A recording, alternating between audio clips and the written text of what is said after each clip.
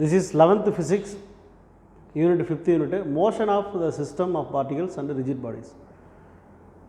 இந்த லெசனில் நம்ம என்ன பார்க்க போகிறோம்னா motion of the system of the particles. ஒரு துகள்கள் இருக்குது, நிறைய ஆப்ஜெக்ட் இருக்குது, நம்ம பார்த்துருப்போம். நம்ம கைனமெட்டிக்ஸில் மோஷன்னா என்னன்னு பார்த்தோம்.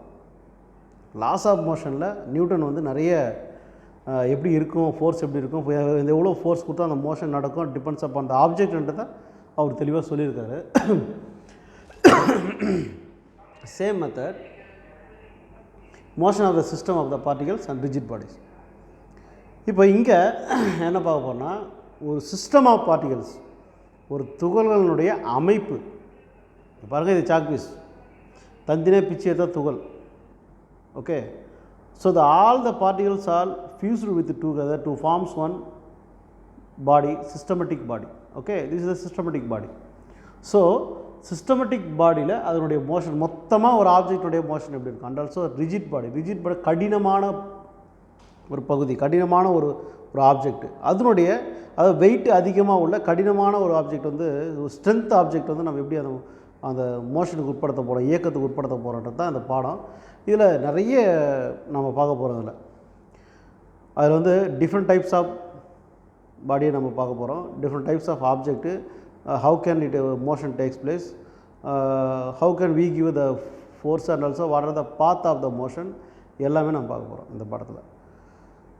ஸோ இது வந்து ரொம்ப அப்படியே படிப்படியாக நம்ம வந்து வரும்போது, இப்போ ஃபஸ்ட் யூனிட் வந்து பார்த்தோம் what are the dimensions, what are the measurements. Second unit வந்து kinematics, moving body. Then third unit laws of motion. Fourth unit இது மாதிரி 5th யூனிட் வரைக்கும் வந்துருக்கிறோம். இந்த 5th யூனிட்டில் நம்ம படிக்க போகிறது கடினமான பொருள்களுடைய, அதாவது பல பொருள்களுடைய கூட்டமைப்பு கொண்ட ஒரு முழுமையான பொருளுடைய இயக்கம். What is the motion for the rigid bodies and system of particles. சிஸ்டம்னாலே ஒரு அமைப்புன்னு அர்த்தம், ஒரு அமைப்பு ரீதியான ஒரு பார்ட்டிகல். இப்போ பாருங்கள், இதுதான் வந்து ஒரு சிஸ்டம். இது சின்ன சின்ன துகள்னு வச்சுங்க, சின்ன சின்ன துகள்கள் ஒன்றாக கூடி பெரிய துகளாக மாறும். இதுதான் சிஸ்டம் ஆஃப் த பார்ட்டிகல்ஸ். இவ்வளோ பெரிய சிஸ்டம். இந்த சிஸ்டத்துக்கு நம்ம என்ன பண்ண போகிறோம், ஃபோர்ஸ் கொடுக்க போகிறோம். அப்போ இந்த சிஸ்டத்துக்கு தகுந்த மாதிரி தான் நம்ம ஃபோர்ஸ் கொடுப்போம். We can give the force depends upon the mass of the substance. Okay, so when we move the object from one place to another, the force must act on the center of the object. If the force acts on the center of the object, it moves towards the direction, move ஆகும். இங்கே இப்போ இதில் என்ன ஒரு introduction பார்ப்போம். என்னென்னா, ஒரு ஆப்ஜெக்ட்னாலே நான் முதலே சொல்லிட்டேன், it contains a large number, it is the object. இது சாக் பீஸ் நான் காட்டிட்டேன், பட் இது ஒரு கார்பன் வச்சுங்களேன், கரித்துகள் கார்பன்.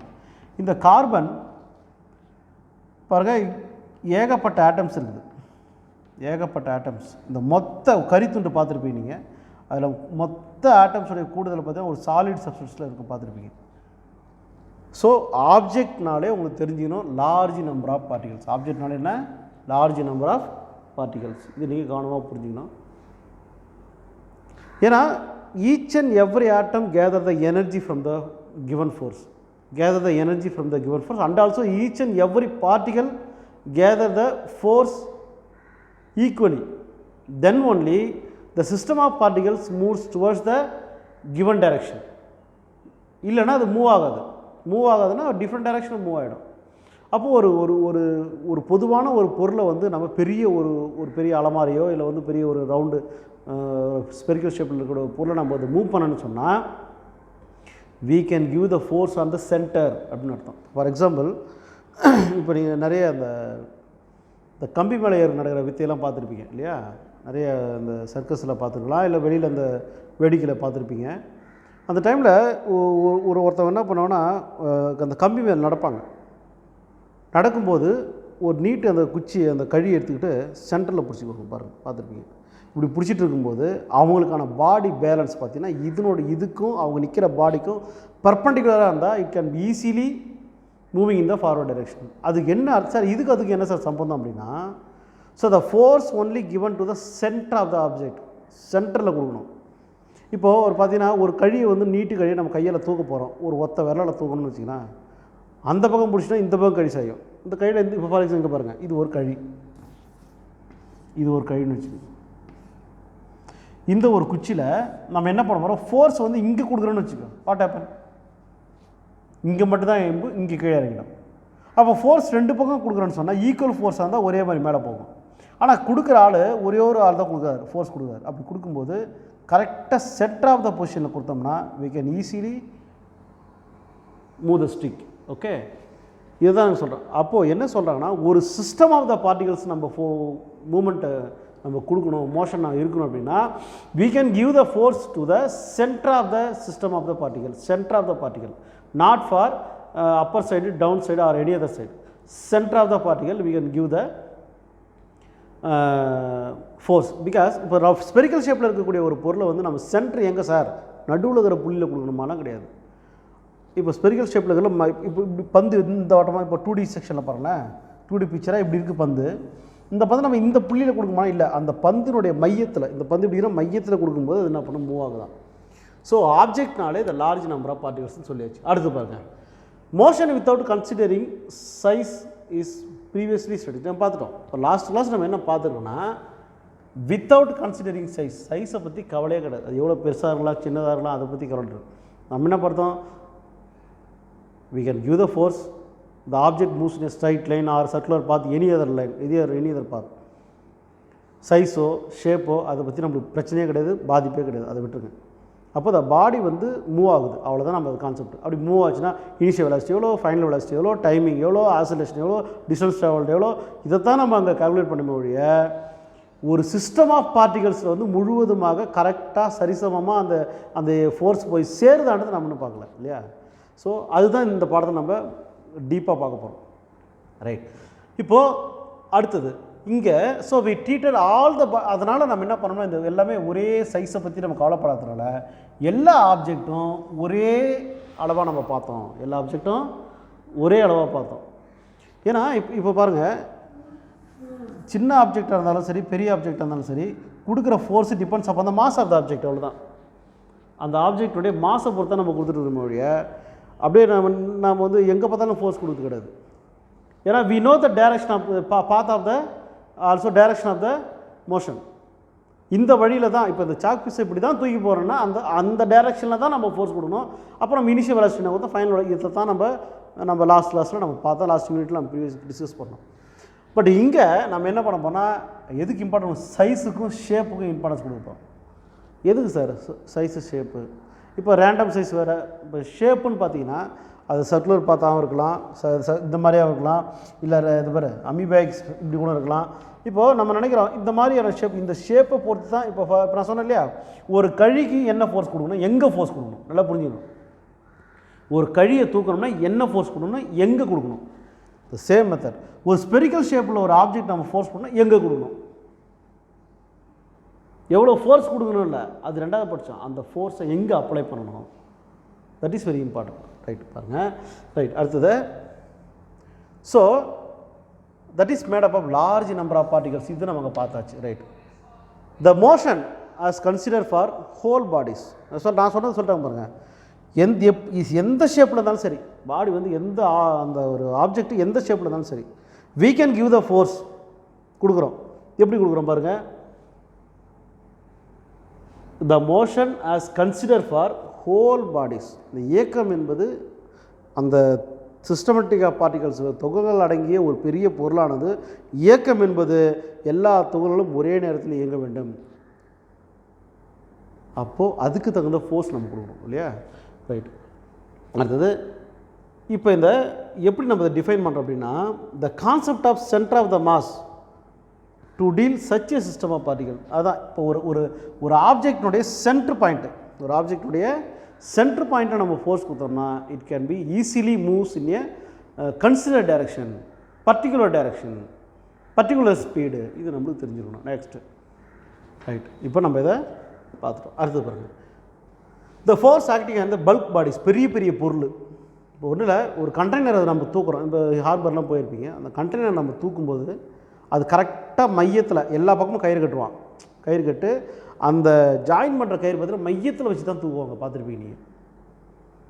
அப்போ அது என்ன அர்த்தம் இங்கே பாருங்கள், so the force acting on the bulk bodies means is internal and external அப்படின்றாங்க.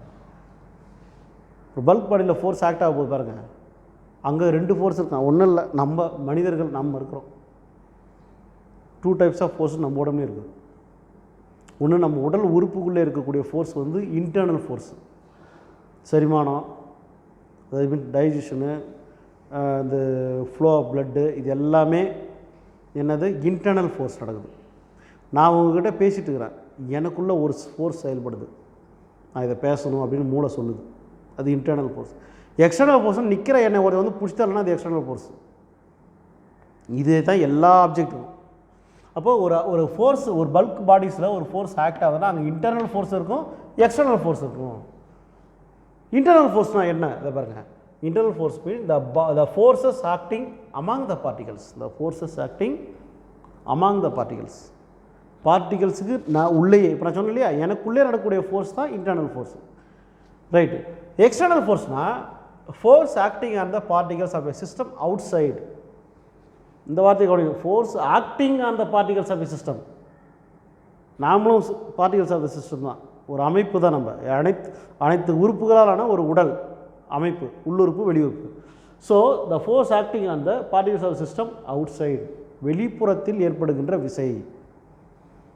ஸோ ஒரு ஆப்ஜெக்ட்டுக்கு இன்டர்னல் ஃபோர்ஸ் இருக்கும், எக்ஸ்டர்னல் ஃபோர்ஸ் இருக்கும். ஆனால் எல்லாத்துக்கும் பொதுவான ஃபோர்ஸ் இருக்குது. அதை பற்றி அப்புறம் டிஸ்கஸ் பண்ணோம், கிராவிட்டின்னு சொல்ல போகிறோம் அதை. Right.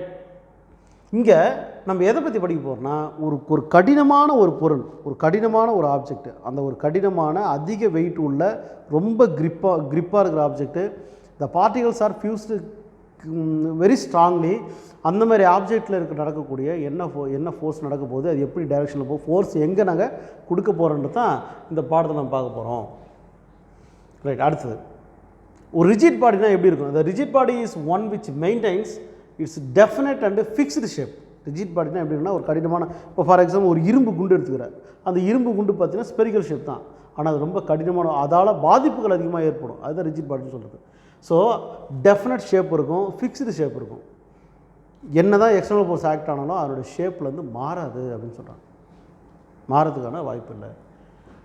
Right. So the inter atomic distance does not change. ஏன்னா அது உள்ளே இருக்கக்கூடிய இன்டர் அட்டாமிக் டிஸ்டன்ஸ் தான். இப்போ நிறைய இப்போ பார்த்துலையா, இப்போ ஒரு ஆப்ஜெக்ட்னா அது நிறைய துகளுது இல்லையா, இதெல்லாம் ஒரு ஆட்டமாக வச்சுக்கோங்க. இதுக்கு இடையே உள்ள ஒரு ரிலேஷன் பார்த்திங்கன்னா எப்பவும் மாறாது அப்படின்றான். அதாவது அது மாறாமல் இருந்தால் என்ன ஆகுது? இப்போ பெரிய இரும்பு குண்டை வந்து அடிக்கிறோம், அந்த மற்ற பொருள் தான் ஓடுது, அந்த குண்டு ஒன்றும் ஆகலை. அப்போ உள்ள எந்த ஆட்டம்ஸும் பிரியல. அதுதான் சொல்கிறது, inter atomic distance does not change. அந்த டிஸ்டன்ஸில் மாற்றம் இல்லை, ஒவ்வொரு ஆட்டமும் அவ்வளோ பிணைப்பாக இருக்குது அப்படின்றாங்க. ஸோ ரியல் லைஃப்பில் பார்த்தீங்கன்னா situation, we have bodies not ideally rigid. Real லைஃப்பில் வந்து பார்த்திங்கன்னா ஆரம்பத்தில் அது வந்து ஒரு ரிஜிட்டாக இருக்காது, தனித்தனி ஆட்டம்ஸ் தான். ஸோ அந்த தனித்தனி ஆட்டம்ஸை ஒன்றா கூட்டுறோம் இல்லையா, தனித்தனி ஆட்டம்ஸை ஒன்றா சேர்ந்து ஒரே இடத்துல இணையும் போது தான் அது என்னவா நடக்குது, ஒரு ரிஜிட் பாடியாக மாறுது அப்படின்னு சொல்கிறாங்க. So when force act on it, force நம்ம கொடுக்குறோம், the shape and size changed. we assume such deformation are negligible. இந்த மாதிரி நெக்லிஜிபிளாக இதை வந்து நம்ம ஏற்றுக்கணும்னு அவசியம் கிடையாது. ஏன்னா சில ஃபோர்ஸ் வந்து நம்ம அதிகமாக கொடுக்கும்போது அந்த ரிஜிட் பாடி வந்து உடையறதுக்கான வாய்ப்புகள் இருக்கிறதுனால அதை வந்து நம்ம அவ்வளோ ஏற்றுக்கிறோம். மேக்ஸிமம் ரிஜிட் பாடி அதனுடைய ஒர்க்கை பார்த்துட்டே இருக்கும். ஸோ இதை பேஸ் பண்ணி தான் இந்த பாடத்தில் நிறைய விஷயங்கள் நம்ம டிஸ்கஸ் பண்ண போகிறோம். ஸோ இந்த பாடத்தினுடைய தொடக்க நிலையை நான் சொல்லிட்டேன்.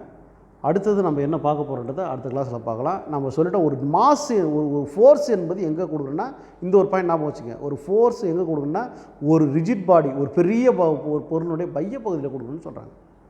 ஓகே ஸ்டூடெண்ட்ஸ், தேங்க்யூ ஃபார் வாட்சிங்.